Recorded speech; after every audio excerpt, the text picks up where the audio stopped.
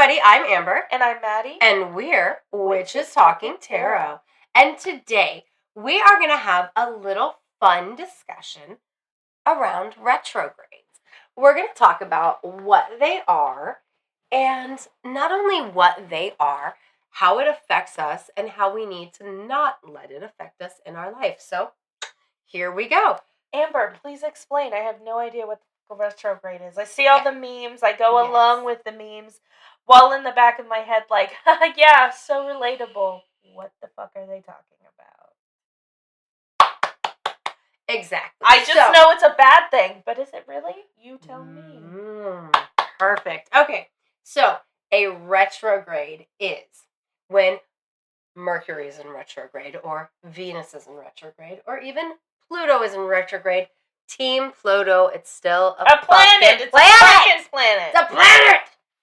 God, it's a planet. Anyway, so when every single planet that orbits the sun with us, from the Earth's perspective, goes through a retrograde. And so when you hear Pluto is in retrograde, or Uranus in retrograde, Venus is in retrograde, Mercury is in retrograde, what that means is the way that everything orbits around the sun, it has an orbit, right? Yeah. Okay. We all have our own specific orbit around the sun, depending on how far away from the sun we are, what our tilt is as like our Earth or our planet's axis, AXIS, axis, whatever that is. Like all of these things come into play with the orbit that you take around the sun, right? Now, from the Earth's orbit around the sun, we have a specific viewpoint of the other planets that are also going around the sun at the same time as us, right? So there is a point where if my pinky over here is the Earth, okay? And, Mercury is now over here. And because of the way that it is positioned in the universe, in relation to the way we see it from Earth, it appears to be moving backward in the sky. It's not moving backward. It's an optical illusion by the way that we're both moving through time and space. Okay, so it's not actually... Because I was going to be like, I don't think Earth ever goes backwards. Right, so... We don't. We don't from our own perspective, but I'm sure from the other planets, Earth has a retrograde from that same perspective of... based on relation of the Earth to Mercury. And this happens every year? This happens multiple times. It varies every year. Like, you might see the same kind of time frames, right? Because it's all based on orbits. But some of these orbits are like elliptical, and so the retrogrades vary because, again, it's all an optical illusion based on how we see something over here as it's moving and we're moving. So how does that affect us if it's just an optical illusion? It's not an actual thing. It's just the way something appears. See, that's my... Like, I'm so sorry. But, to me, it's like, if they were actually spinning backwards, okay, then I could see how that would affect the energy, right? But since they're not actually doing that, it just looks like they are. I just don't understand how that affects the energy. Okay, so think about... So sound and light, they move through space, right? Yeah. Okay. So the way that we perceive something is based on the way that light is refracting off of it, bouncing off and coming back to us, right? Okay. I'm not a scientist. It's the best I can understand it, guys. Like, if I said something wrong, be gentle, but definitely tell me where I'm wrong so that I can better understand myself, please. But, don't be hateful. I'm doing my best, okay? So think about it like that. So the light is reflecting off of that and bouncing back at us, right? So if it appears that it's going in reverse, right, the light bouncing back on us is still going to be affected by that appearance, right? Even if in reality, it's actually just going in its regular orbit. Okay. If you've ever heard the term or the phrase perception is reality, I think that would very much affect, or that would very much be the explanation of how retrograde energy affects things here on Earth. Mm-hmm. And at the same time, it doesn't have to. So first off, because perception is reality. But not just that, to be forewarned is to be forearmed. So if you know planet is in retrograde, so you know that the energy that exists around communication, for instance, because like Mercury controls communication. Okay. Venus is all about love. Life, and relationships. Right. Okay. Well, Venus and Mars both have to do with love lives and relationships, because one has to do with passion and the other has to do with like what we're attracted to. Okay. So they go hand in hand, which is fun because love and war, right? Right, I love that. I know! I know, right? Actually. Okay, I was looking into Venus and Mars retrograde once, which is how I came to that understanding of things. But yeah, so when Venus is in retrograde, which actually tomorrow Venus goes out of retrograde. So for the airing of this, yesterday Venus went out of retrograde, but Mercury is still in retrograde until I think the 12th, which I think is Saturday, but I'm not positive. Saturday. Okay. So anyway, so if you think about like the vibrations of energy and how they're affected, right? Perception is reality. So we see it going backwards. So the energy is in reverse, or so to speak, or is funky. It is negative. Okay, it's not negatively affected. It is affected, not necessarily adversely, but all the memes tell you it's adversely affected, so we all think it's adverse affectation. It's not. It's just perception is reality, like you said. So the way that we're perceiving the energy around these things is different than normal. And what does the human brain do with something that's different than normal? It's automatically weird. It's automatically bad. Exactly. It's automatically bad. It's automatically weird. So we're like, oh, this is funky. When really it's not necessarily funky. We just don't fully understand it well enough to know that, yes, the energy around this thing, this facet of life for these amount of weeks while this appears to be moving backward in the sky through an optical illusion, you know, we think it's funky, so we perceive it as funky. And so we manifest that funky energy. Yes, absolutely. Because, like, when Mercury is in retrograde, your technology will be affected. Your communication will be affected.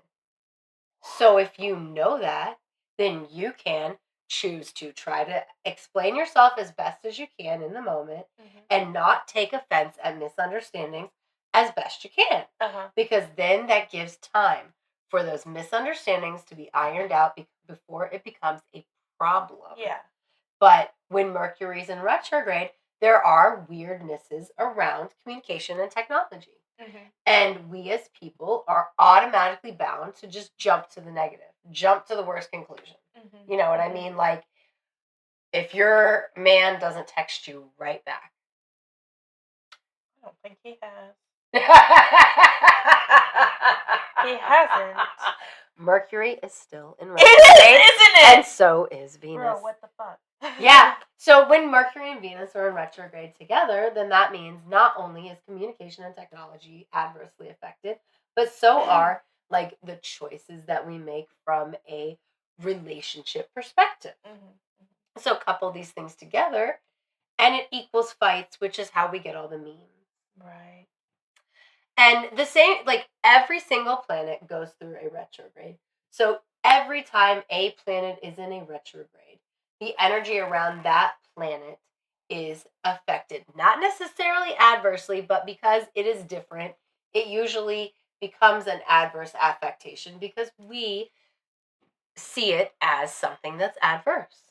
You know? And like my biggest thing, like if I had 18 missions in this life, in that listing, 18 was a random number I chose. In that listing, it would definitely be helping people understand that, like, Mercury retrograde's not the worst thing. Like, your house isn't gonna burn down because of Mercury retrograde. It might burn down because you adversely react to shit during Mercury retrograde and some vindictive ex decides to burn your house down, but it's not the Mercury But itself. ultimately, it's you causing issues, and you're just looking for something to... Well, and it's not necessarily you just looking for something. Maybe it's you feeding it because you know that Mercury is in retrograde right now. Mm-hmm. So obviously the world is a dumpster fire because Mercury's in retrograde. Or obviously your man is a dumpster fire because Venus is in retrograde. Mm-hmm. You know what I mean? Like, is it a self-fulfilling prophecy when we have all these memes and all these people out there that are like, possible. Mercury retrograde, better be on your toes? I think it's possible that it is, yeah. That's what I'm thinking. I mean, for me, it's definitely a case of to be forewarned is to be forearmed. That is something my mom always said growing up, and it makes sense. If you know, it's like we were talking in the car preventing problems. If you know that X, Y, or Z could happen, you do your best to try to make sure that X, Y, or Z doesn't happen, or if it has to happen, it doesn't happen in a bad way where things go wrong. Mm-hmm. So you do your very best. And then if things still start to unravel, you just deal with it the best that you can instead of like freaking the fuck out, right? Right. Because you know that the energy is funky. And like as spiritual people especially, because if you're listening to us on some level, you're probably a spiritual person or you're a hater listener. And what's up, haters? Sorry, I just realized that recently I realized like definitely some of my viewers on other areas of the internet, they're hater viewers. Really? Yeah, I'm pretty sure. Like some guys, they're always like, in videos where I don't have makeup on is the only time I get comments like, "Are those fish hooks in your face?" Oh wow, that's so rude. Right?